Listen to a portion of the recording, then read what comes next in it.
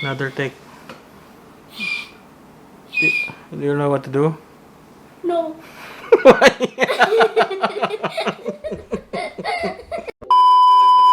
Go. Hi guys, this is my hero.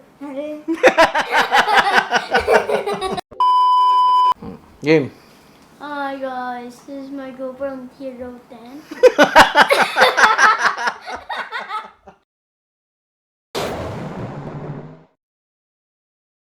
Dad, Mm. am I gonna box it up? Yeah, we need to unbox it.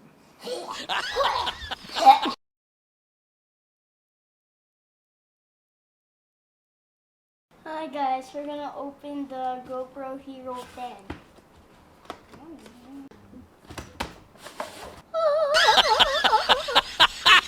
Alright, that's inside the box, guys. So we have the actual GoPro. And then what else do we have there? Philip. I don't know.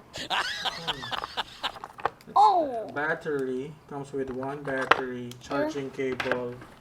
And then This. It's the curve mount attachment. And then one thumb screw. Yeah.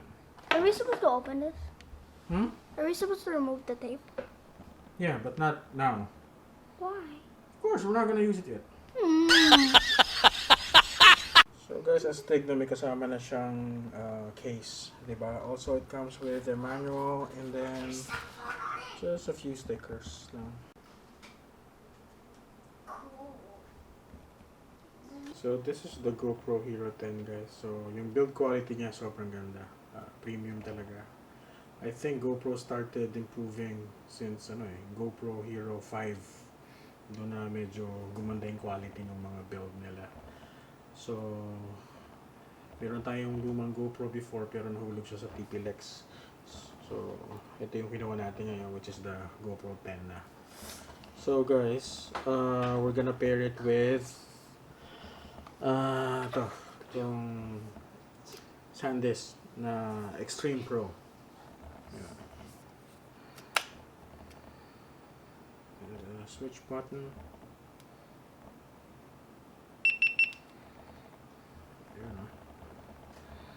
So guys, while we are waiting for it to initialize, so ito yung GoPro app, yung quick. So for sure, with GoPro Hero 10, mag-update yan eh. So we need this app para ma-update siya. So it's initializing pa guys, as you can see. So once ready na siya, we'll connect it dito sa GoPro Quick para ma-update natin. So ito na siya guys. So we are prompted para i-access yung GoPro Quick app. So ayan, let's just gonna follow the instructions. So we're just gonna bring this down muna. Dito tayo sa ating phone. So it says here, Quick works great with your phone. Yep, I have a GoPro. Pair my GoPro. Okay. Black. You found your GoPro and then connect to the pairing request.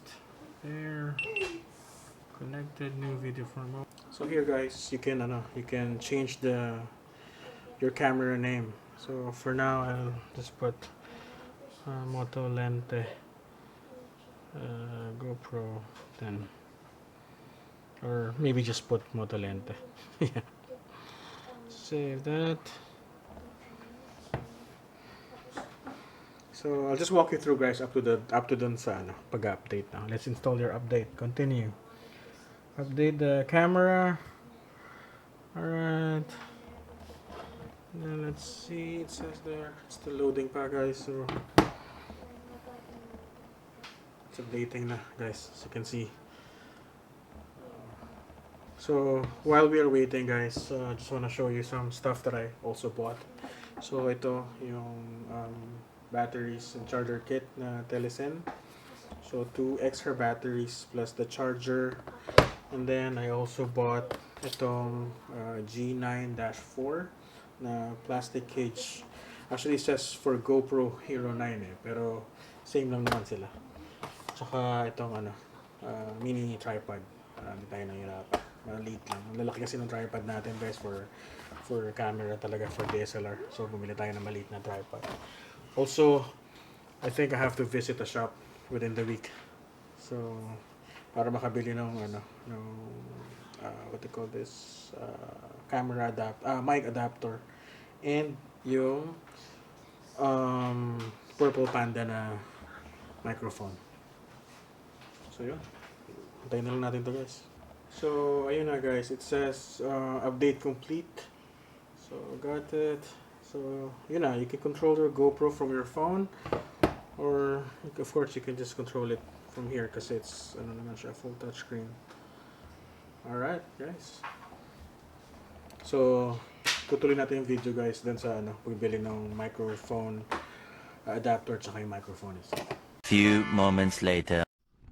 Alright guys, so fast forward after a week. So originally the plan was for me to go to the shop para bumili ng adapter and then the microphone, but for some reason I just decided na bumili na lang sa Lazada. Medyo I think mas cheaper pa a bit because of some other promotions that they have. By the way, bakit hindi Shopee? So yun nga guys, mas maganda na sa Lazada ngayon compared sa Shopee. So ito yung mic adapter. So I just opened that packaging pero I haven't opened the yung box talaga. So unbox natin. By the way guys, yung camera na gamit ko right now recording this unboxing yung GoPro Hero 10 na guys. So it's set on super wide guys, and then ambient light lang, wala tayong gamit na kahit anong light. ISO maxed at 400, so that's the sweet spot talaga. Don't go beyond 400 ISO kasi magiging grainy na yung yung footage natin guys. So what's the unboxing? Yun guys, ito a mic adapter Hero 10 compatible, diba? Wala naman siyang rig, diba? Let's open it. Let's open this thing.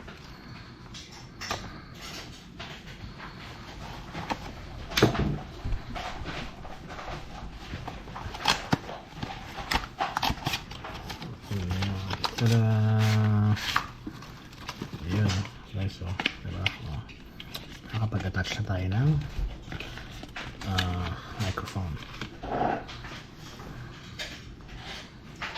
Nice guys, ganda well packed at legit yung product na nakuha natin. So we got that I think 3,100 or 200. I'll link ko na sa description below guys yung actual link ng product. Then this one, ito another product from Lazada. Ito yung microphone and the dead cat. So ito yung pinili natin guys, yung underwear na dead cat and then underwear na microphone. So may kasama na siya guys na adapter from TRS to TRS para mag-connect siya dun sa GoPro. Alright guys, so ito yung mga items na nabili natin, and then I'll try to attach this or install this sa helmet. Inisip ko pa kasi ang helmet ko sa ilalagay, and then try na natin, diba? Thank you.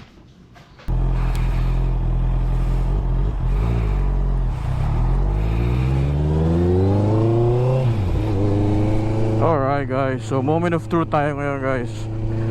Na-install natin dito sa HJC C70 yung Andover na microphone. So real world test ngayon tayo guys. So dito ako sa Philumbes, pasok ako ng SLEX. So we could check kung paano mag-register yung vibration, yung wind noise using this Andover microphone. Medyo to guys, nandun siya sa budget meal na option. So tignan natin kung okay din naman, di ba? So right now visor up tayo, 50 kilometers an hour.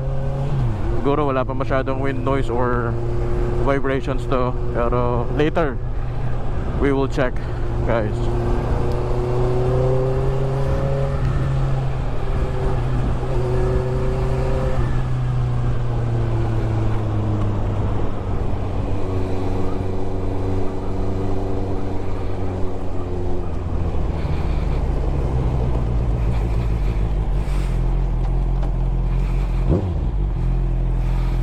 Not sure if tayo natin mag-rev, guys. I'm not sure kung maririnig nyo yung, sa microphone yung rev, pero tatry natin. Yun, guys. Today pala, we also have a ride going to Mendez, Cavite. Team Bomba CB Elite. So may ride kami. Quick breakfast lang daw. So maaga din kami makakauwi. So took the chance then para i-test tong microphone natin, guys.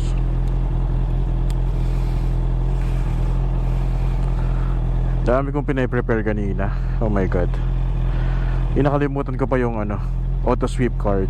So wala tayong choice kundi gumamit ng cash lane, kasi most of the time hindi gumagana yung RFID. So you have to present a card. So since I don't have the card, so mag-cash lane na lang tayo. Galing, dahil makakalimutan yun pa. Also stickers, wala tayong dala, nakalimutan din natin. Whew. So sa front cam natin, gamit natin yung SJ cam.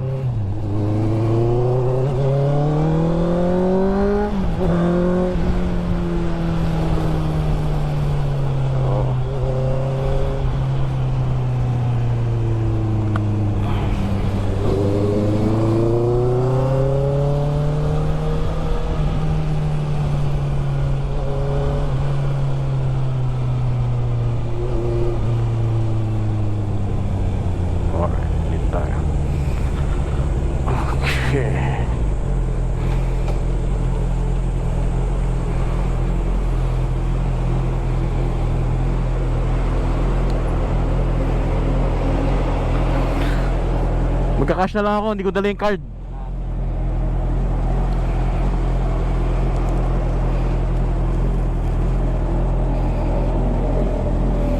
Alright, thank you.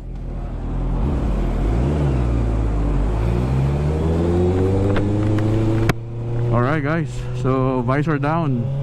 S-Lex na tayo.